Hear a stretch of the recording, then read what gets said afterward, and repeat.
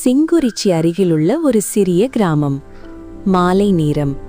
வானம் ஆரஞ்சு மற்றும் ஊதா நிறத்தில் கரைந்தது. யாத்ரா. நீளமான ஒற்றைச் சடை, சடைமுடிச்சில் வெள்ளை மல்லிப்பூ, மரூன் நிற ஜொலிக்கும் உடை, நெற்றியில் நகை. அவள் கண்கள் பெரியது, ஆர்வம் நிறைந்தது. ருபிகா. பச்சை மற்றும் நீல கலந்த உடை, திறந்த மென்மையான முடி, சிறிய புள்ளி, அமைதியான பார்வை. இருவரும் வானத்தை பார்த்து கொண்டே நடந்து கொண்டிருந்தனர். அப்போது வானத்தில் ஒரு நீல ஒளி, ஒரு நட்சத்திரம் போல வந்தது.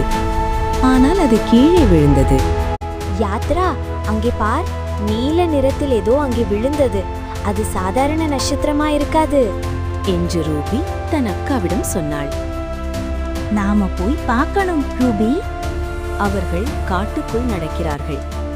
பச்சை புகை போல ஒளி பரவியது. அங்கு ஒரு பிரகாசமான நீலக்கல், அதன் சுற்றிலும் வட்டமாக ஒளி அலைகள். யாத்ரா கையை நீட்டினாள். ருபிகா தடுக்க முயன்றாள். யாத்ரா கல்லை தொட்டவுடன் ஒளி வெடிப்பு. அவர்கள் இருவரும் காற்றில் மிதந்தனர். அவர்கள் விழித்தபோது அவர்கள் ஒரு எதிர்கால நகரத்தில் இருந்தனர். மேலே பறக்கும் வாகனங்கள், வானத்தில் நீல கண்ணாடி கோபுரங்கள். அங்கே ஒரு பனிமனிதன் அவர்கள் முன் தோன்றினான். பயப்படாதே குழந்தைகளே, நீங்கள் தேர்ந்தெடுக்கப்பட்டவர்கள். நீங்கள்தான் இந்த பூமியை காப்பாற்ற வந்தவர்கள்.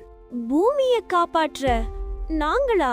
அந்த நீலக்கல் காஸ்மிக் கோர் என்று அழைக்கப்பட்டது. யாத்திரா கையை நீட்டினாள். அவள் உடை ஒளிர ஆரம்பித்தது. மரூன் உடை இப்போது விண்மீன் துகள்கள் போல ஜொலித்தது. அவளுக்கு சக்தி, ஒளி அலைகள் உருவாக்குதல். ருபிகா கையை நீட்டினாள். பச்சை நீல உடை ஆற்றல் அலைகளாக மாறியது. அவளுக்கு சக்தி, காலத்தை மெதுவாக்கும் திறன். ஒரு இருண்ட விண்கப்பல், அதிலிருந்து கருப்பு கவசமணிந்த உருவம் வெளியே வந்தான். அவன் பெயர் ரான்சிங். அவன் அவர்களை பார்த்து கேட்டான். நட்சத்திரக்கல் எங்களுக்குத்தான் சொந்தம். அதை கொடுத்து விடுங்கள், இல்லை உயிரை விட்டு விடுவீர்கள். பயம் அவர்களுக்கு. யாத்திரா ஒளி அலைகளை வீசினார். ருபிகா நேரத்தை மெதுவாக்கினார். போரில் 3D துகள்கள் பறந்தன. ஒளியும் இருளும் மோதின. கேமரா 360 டிகிரி சுற்றியது. அந்த தருணம் பிரபஞ்சமே சுவாசம் பிடித்தது.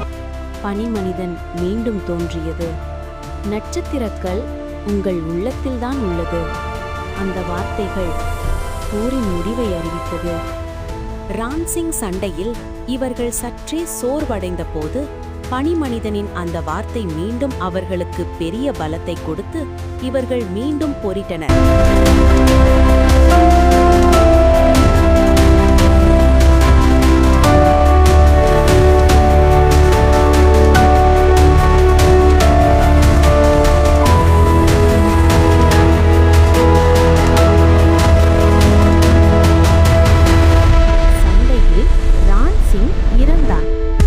மனிதன் மீண்டும் தோன்றினான்.